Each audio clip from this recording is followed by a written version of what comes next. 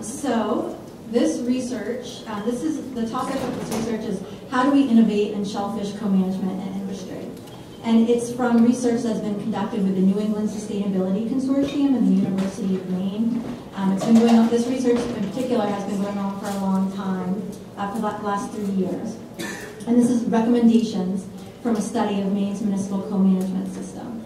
And Dr. Bridie McGreavy is the principal investigator, and myself and Carter Hathaway and Tyler Creering are the researchers on this.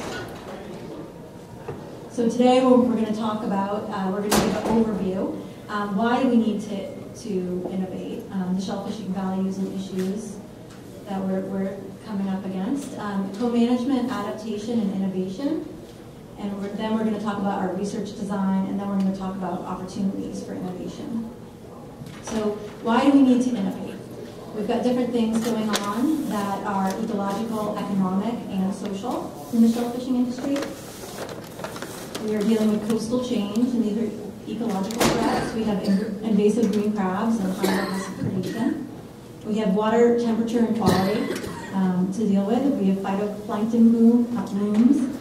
We have land use and increased coastal development. We've got some economic uncertainty coming as well. We have declines in state license sales. It's harder and harder for, there's limited entry in a lot of shellfish programs, so it's harder for younger generations to get in. We have price fluctuations, and we have reduction in shellfish dealers and market power. We've got social and cultural factors going on. Some people, there's a lot of inequality and disrespect towards clammers. Clammers obviously do a very hard job, and there's physical pain and injury that goes along with that job. Some clammers deal with drug and alcohol addiction, as do other people. There's education and access to technology. We've got problems with loss of access to the coast.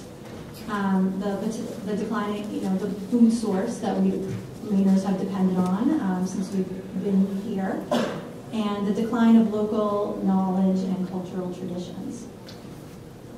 So in Maine, we have a co-management system between the state and local towns. Co-management is a place where there's sharing power and decision making. It's cooperative, it's networked, and there's mutual responsibility.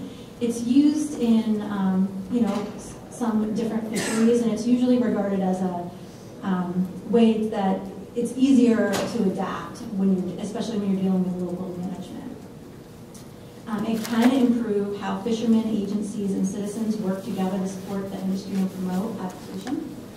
And so working together, we can study, predict, and respond to issues and strengthen the shellfish industry. And then we're talking about innovation. Innovation, at its essence, involves finding ways to see the familiar with fresh eyes. It's the result of someone recognizing a problem that others failed to see. Innovation starts with envisioning the familiar, like a problem, an unfulfilled need, an unmet opportunity, in new ways. Innovation often involves arriving at solutions that seem self-evident once the reframing has taken place. And that comes from a work from a researcher named Linda Silka from the University of Maine. So, when we talk about the need to innovate and adapt, we are kind of lucky in the shellfish industry that we do have this local management aspect. And we have these clam meetings that are in place as part of our management. And these meetings are actually a really good forum that are already in place where this kind of brainstorming and creation of solutions can occur. With that, I'll turn it over to Dr. McGreavy. Thanks, Sarah. I just want to emphasize that Sarah shared that list of problems. I think it was really, in many ways, a summary of many of the problems that we were talking about all morning. These pressing ecological, economic, and social issues. And we came into this project in 2014 with a beginning awareness of some of these issues, and our research has really given us much greater insight, not only into these individual issues, but how they interconnect. And related to that, how important the municipal shellfish management program is as a space for understanding those interconnections, for clammers to come together, talk with each other, connect with DMR, connect with people from within the municipality, to say, what's going on here and what can we do together to change and to adapt now and in the future. So this is really the question that we brought to a whole bunch of different settings. We're looking at what are the strategies to strengthen connections between science and management for innovation.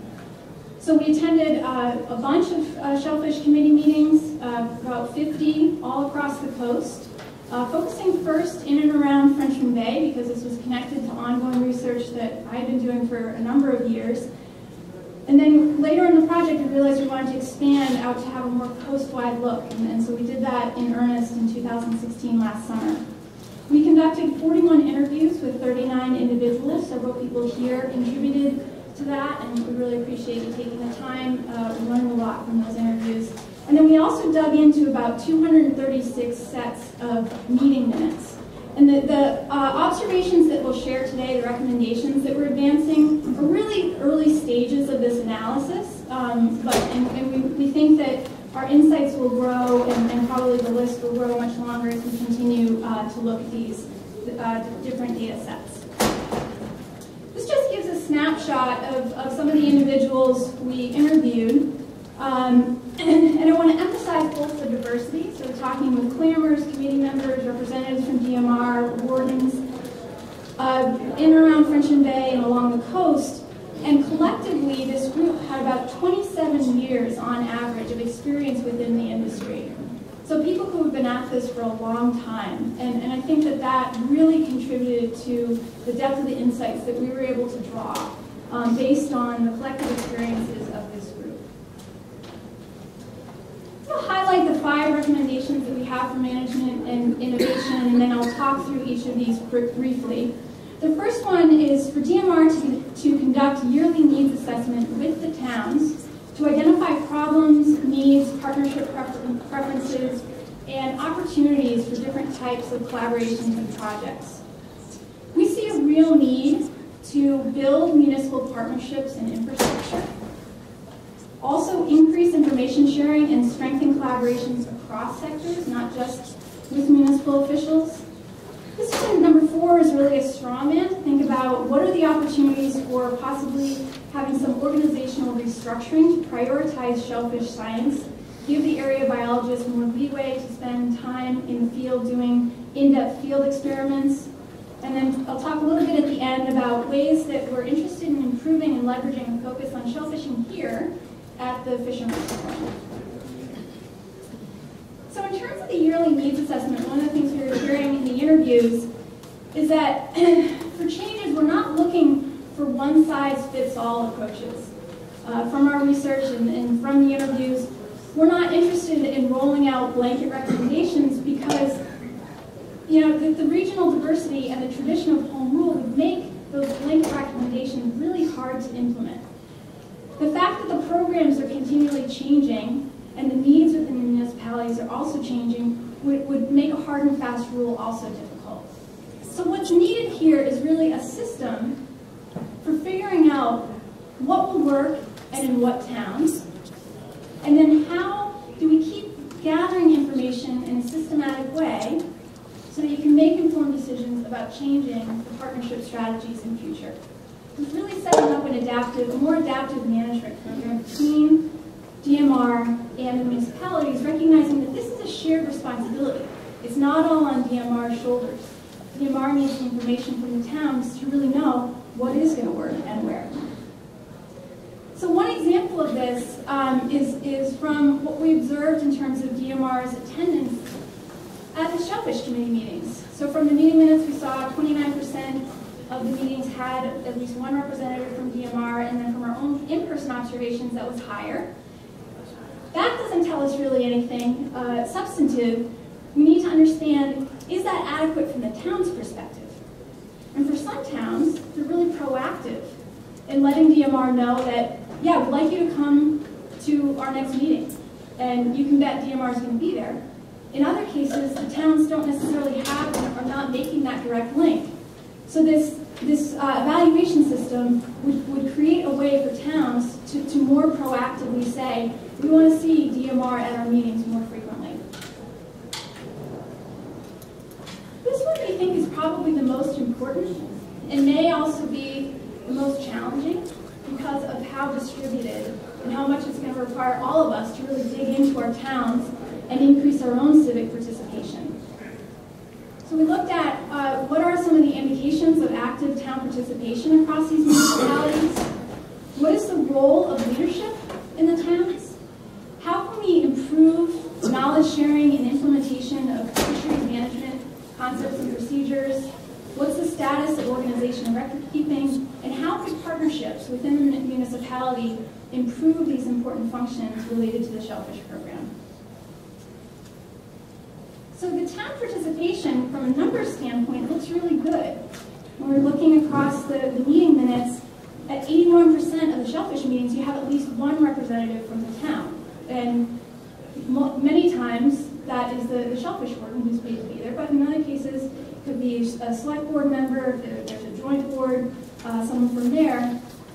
But there's a need to evaluate the quality of that participation. What is that person, when they're there in the meeting, doing, and what else could be done, or how could you draw on existing resources from the municipality to improve some of these basic things like record keeping. So one of the challenges in sharing information is that only about 27% of towns actually have their meeting minutes online. And this is a key issue because it's hard to get access to information. If you're in a municipality and you want to know what's going on with the Shellfish Committee, not having access to the meeting minutes is really a barrier for getting access to information, and it's also a barrier for getting access to actually participating, to getting involved, to stepping into what's going on and contributing in a meaningful way. The other issue, though, is that if other committees within the town, like select boards, planning boards, are posting their meeting minutes online, but not the Shellfish Committee, I think that says something about the standing, the relative standing, or the respect that's afforded the Shellfish Committee within the municipality. So it can be a really important demonstration that the work of the Shellfish Committee is as important as what's going on in these other municipal bodies as well. So there are multiple reasons why these meeting minutes are valuable. And we'll talk about some of the places where we saw some amazing innovation in the municipalities. But one of the things, the really clear things that seems to be enabling this innovation is leadership. And there's a whole bunch of research that supports this, that leadership is essential for this adaptation and innovation. So the Shellfish programs that are trying different things, that are doing the netting, that are pursuing water quality problems, that are changing the ordinances in specific ways, show multiple forms of leadership within that program. So you have the people who are the big picture visionary leaders who can say, why don't we try this, this, this, or this? But we also have leaders who just dig in and solve problems, who are really good at finding the science and bringing the science into the committee, people who are connectors. So I just highlight that because we tend to think about leaders as those big picture people. But if you're involved in running one of these programs, paying attention to other ways that you can encourage people to lead can really strengthen your ability to try out different things. And this is one of those things we stop short of giving this as a blanket recommendation because in some cases it may not be the warden who's really taking on that leadership role. It could be somebody else from within the town. But if the warden is one of the only people who's paid, and the warden has the capacity to do this, or if the job description requires it, in some cases the warden really is playing a very important leadership role in helping these committees innovate and adapt. So to think about how can you encourage that more? We saw a need for increasing information sharing and collaboration across sectors, floating a couple of ideas about maybe setting up, in addition to regular Shellfish meetings, ways that people could call in to talk with the MR, or maybe even just call in to talk across these committees, call in to representatives from the Shellfish Advisory Council, set up different communication approaches. Thinking about ways that we could have more regular science and leadership summits that will maybe connect with what we're doing here today, or maybe be a standalone event, and find ways to build on the partnerships, power of partnerships with planners. So I'm going to just highlight a few things. You've heard about some of these already today, where municipalities municipalities and collaborative projects are doing some really interesting, innovative things. Starting with the Madomic Water Quality Project, Glenn Melvin's here, who could speak to that in our discussion session. This is a unique partnership between Clamors in Waldoboro, the Maine Department of Environmental Protection, Maine DMR, nonprofit organizations, academics, where they're really trying to get to the root of the problem in Madomic, which we talked about earlier, has a conditional closure, frequent rainfall closures. This past summer, they're actually, through this collaboration, able to do microbial source tracking. Glenn, still, the problem hasn't been solved yet, we know, but you're getting there through, this innovative partnership. We heard about the applied field experiments in Freeport, Woolsboro, and Mike Pinkham's here can speak to this. It was the first municipality to adopt an upper size limit for clams. Seeing innovations in Millbridge related to netting.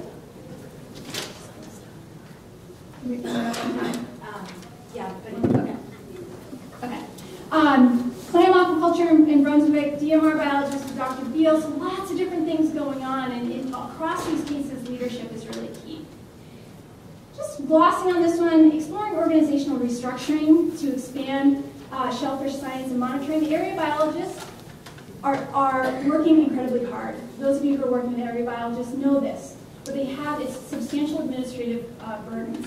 It makes it difficult to do field science.